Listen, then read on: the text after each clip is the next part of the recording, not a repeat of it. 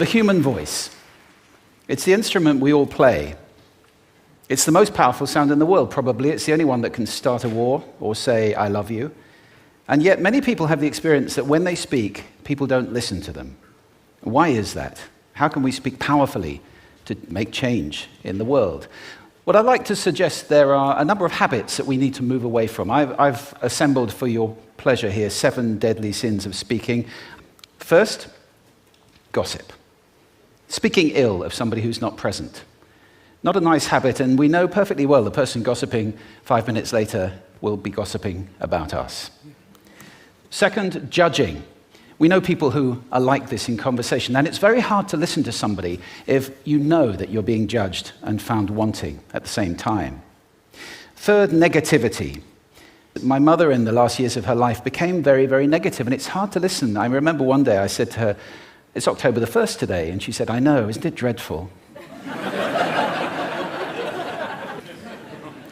And another form of negativity, complaining. Well, this is the national art of the UK. We complain about the weather, about sport, about politics, about everything, but actually complaining is viral misery. It's not spreading sunshine and lightness in the world. Excuses. We've all met this guy. Some people have a blame thrower. They just pass it on to everybody else and don't take responsibility for their actions. And again, hard to listen to somebody who's being like that. Embroidery, exaggeration. It demeans our language, actually, sometimes. For example, if I see something that really is awesome, what do I call it? And then, of course, this exaggeration becomes lying, and we don't want to listen to people we know are lying to us. And finally, dogmatism. The confusion of facts with opinions. When those two things get conflated, you're listening into the wind. You know, somebody is bombarding you with their opinions as if they were true. It's difficult to listen to that. But is there a positive way to think about this?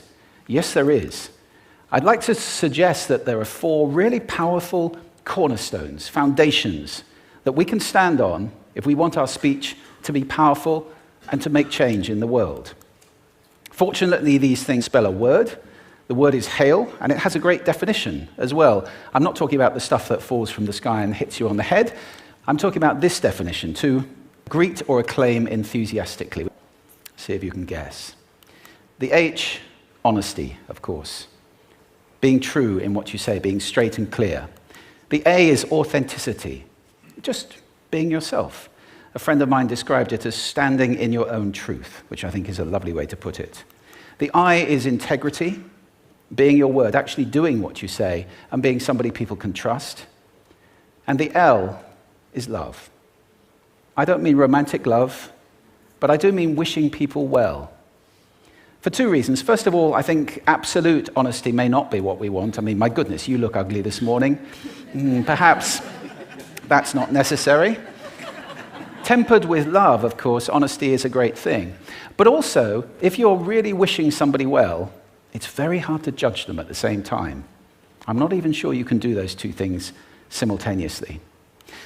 You have an amazing toolbox. This instrument is incredible, and yet this is a toolbox that very few people have ever opened. I'd like to have a little rummage in there with you now and just pull a few tools out that you might like to take away and play with, which will increase the power of your speaking. Register, for example. So if I talk up here in my nose, you can hear the difference. If I go down here in my throat, which is where most of us speak from most of the time, but if you want weight, you need to go down here to the chest. And we have timbre. It's the way your voice feels. Again, the research shows that we prefer voices which are rich, smooth, warm, like hot chocolate. Well, if that's not you, that's not the end of the world, because you can train. Then prosody. I love prosody. This is the sing-song, the meta-language that we use in order to impart meaning. People who speak all on one note are really quite hard to listen to. Pace. I can get very, very excited by saying something really, really quickly, or I can slow right down to emphasize.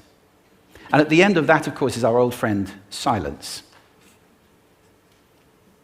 There's nothing wrong with a bit of silence in a talk, is there? And finally, volume. I can get really excited, by using volume. Sorry about that if I startled anybody. Or I can have you really pay attention by getting very quiet. Some people broadcast the whole time. Try not to do that. That's called sodcasting. Imposing your sound on people around you carelessly and inconsiderately. What would the world be like if we were speaking powerfully to people who were listening consciously in environments which were actually fit for purpose?